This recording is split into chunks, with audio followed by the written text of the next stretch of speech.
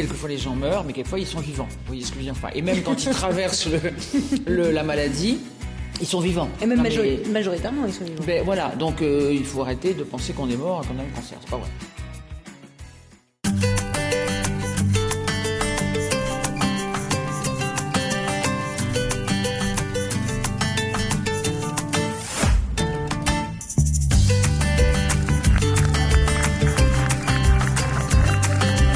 Et ça parle d'abord du dépassement de soi.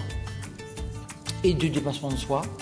Et en fait, et du dépassement de soi. Oui, et aussi du dépassement de soi. Et du dépassement de soi, ça ne parle pas de maladie en fait. C'est vraiment la rencontre de 6 femmes, qui se sont connues en chimio, hein, c'est ça, qui ne sont pas forcément toutes copines, et qui vont décider de se dépasser. Elles ne sont pas toutes forcément atteintes, elles sont toutes reliées au cancer.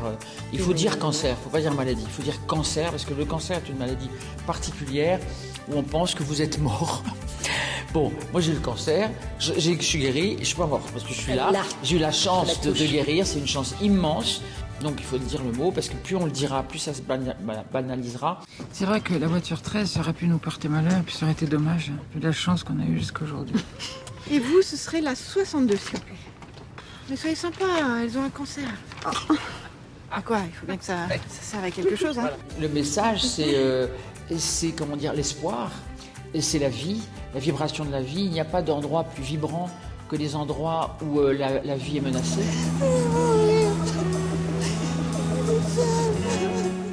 Ça fait grandir. Ce qui ne te tue pas te fait grandir. Voilà, j'ai fini, donc c'est à toi maintenant. Merci infiniment.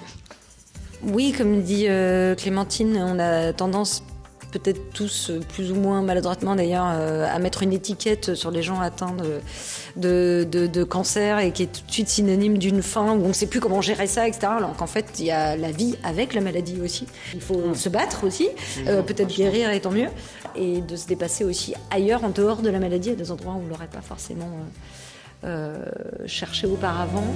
Allez, courage!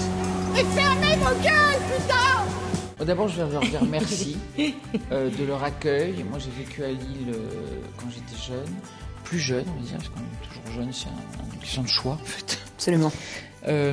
Et donc, j'adore cette ville, j'adore cet endroit, j'y suis attachée. Alors, moi, j'ai pas habité à Lille, mais j'adore Lille. Et la région, j'ai déjà tourné plusieurs fois ici, et je trouve les gens très sympathiques, on y mange très bien aussi. C'est toujours important pour moi quand même de parler de nourriture, à un moment donné ou à un autre. Mais ah oui, merci Cérémania, parce que moi en plus, je tournais à Lille quand quelquefois il y avait votre festival, je me disais, c'est... Et puis là on y est, c'est un rêve. De toute façon c'est un peu un rêve, hein, ce qu'on vit quand même depuis vendredi soir. Enfin moi, parce que pour mon autre série... Et non, c'est super. C'est toujours un plaisir en plus ce qui me concerne, en plus, que j'ai guéri et puis ensuite je vis ça. Donc c'est quand même un double, triple miracle. Donc j'ai beaucoup de chance. Donc je vais toucher du bois. Tac, tac, tac. Voilà. Non, mais vraiment. Et puis c'est Titi, oui, voilà. Tiffaine Davio, merveilleuse, une comédienne fantastique. Ouais. Merci à vous.